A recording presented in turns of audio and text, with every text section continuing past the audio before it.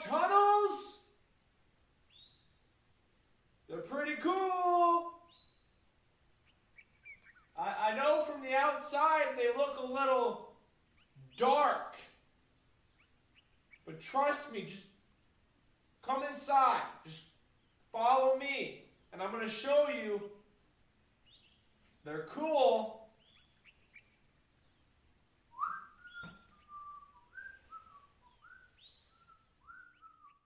Hello! Welcome back to another video. In today's video, we're going to be talking about tunneling.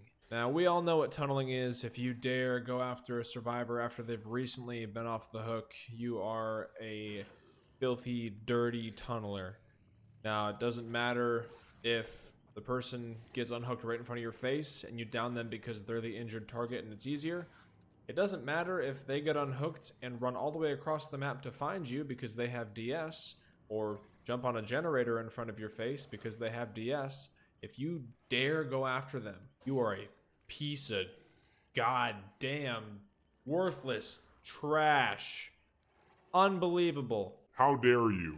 So like my last video talking about camping, this is just another one of those things, and I touched a little bit on the tunneling and the slugging and all that in the last video, but I want to focus more on tunneling in this one. And it's not going to be exactly like the last video. I actually have a video example of what tunneling is and isn't, and what certain perks like Decisive Strike should be used for, and when they're sort of, it doesn't make sense that they're still active when you haven't tunneled.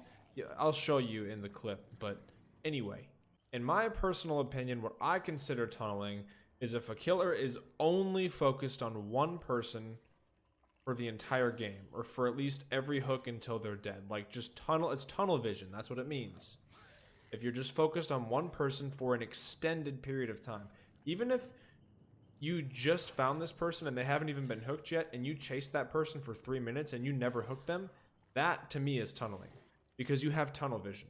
Now, people constantly mix this up and say that if you go after somebody after they've been unhooked, when they're, say, the only person you find, say the person who unhooks them hides and leaves them out in the open injured, like, survivors expect you to ignore them just because they were just on the hook, and it just doesn't make sense. You can do that to play nice. I always, I play nice. If I feel bad, if I'm dominating and I, see survivors that I've just hooked, I'll definitely go out of my way to not go after them.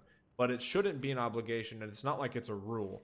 So if you're playing to win, tunneling is fine. Tunneling is fine. It's a strategy, and it might suck for that survivor, but if you're playing to win, that's one way to play to win. If you're playing casually and for fun, you can do whatever, play nice. But if you're playing to win, if you're a competitive player and you want to win, you want to beat them, then tunneling makes sense. Like, if somebody who's injured unhooks somebody, and then you have two injured targets, sure, you can go for the unhooker.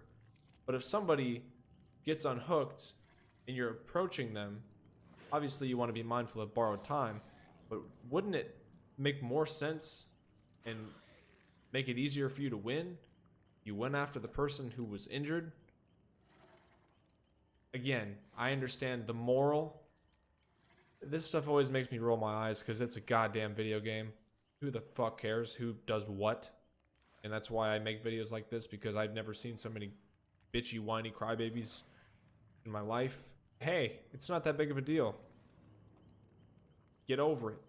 So I have a clip here to show you of my most recent Twitch stream where I was playing as my guy Mr. Blight here. Anyways, I'm going to go ahead and show you the clip. I'm not going to play the whole entire game, just the parts that matter with the tunneling and everything, so give it a watch.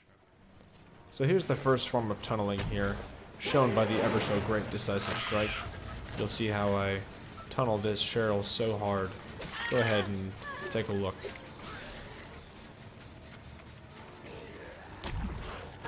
Ooh, got the dead hard bait. Look at that.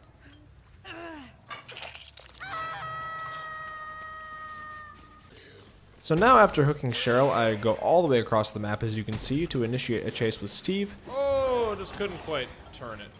Maybe I could have, but I didn't. This chase is semi-long, so I'm going to go ahead and fast forward through it. He's got, seems. Steve knows what's up. Now this is the point where Cheryl gets saved. As you can see, it does not faze me at all. I'm not going back to tunnel her. I don't even notice she gets unhooked. I'm focused on this chase with Steve. God, I thought he was gonna bait it. And we'll see where that leads me.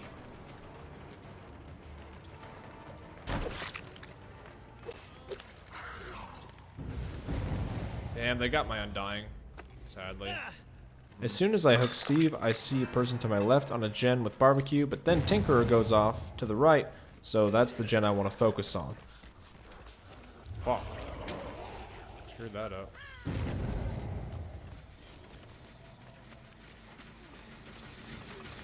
Oh, she's injured too.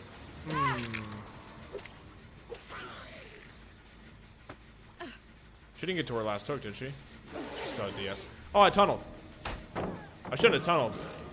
Damn. I fucking tunneled hard, dude. Ah, damn. Why did I have to tunnel, man? Why did I have to tunnel? Shit, man. I'm such a tunneler. Fuck, man. All I had to do was not tunnel and that wouldn't have happened to me. God, I'm such a tunneling piece of shit.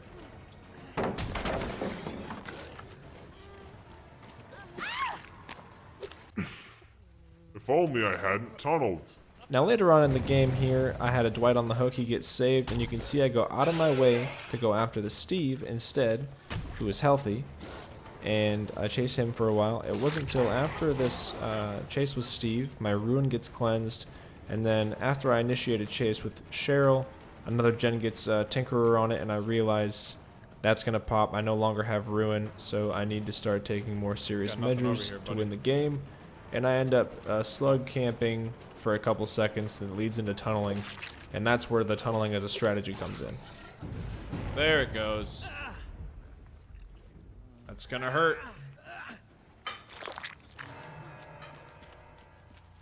That's gonna hurt.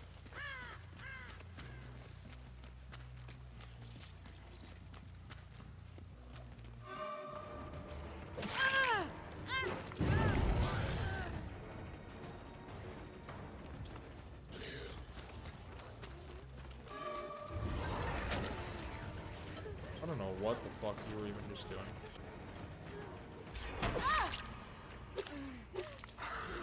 Okay, now I'm gonna slug camp. Nope, I'm not. I am tunneling now.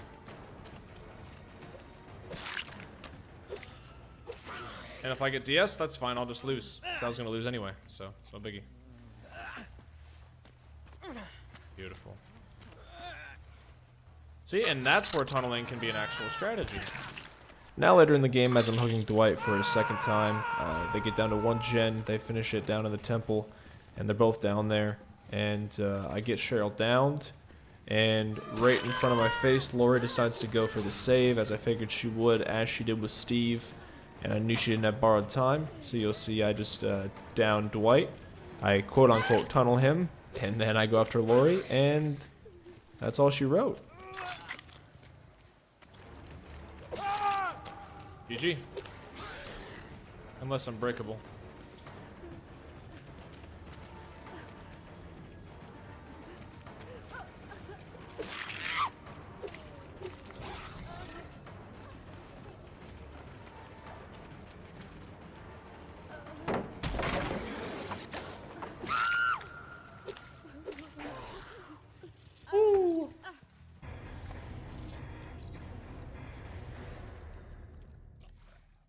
Well, there you have it. I thought that was a very good example in one game showing how you can get punished for tunneling when you didn't actually tunnel, and then showing, you know, where you do tunnel as a strategy and it actually benefits you when it's coming down to the wire and you might lose the game if you play nice.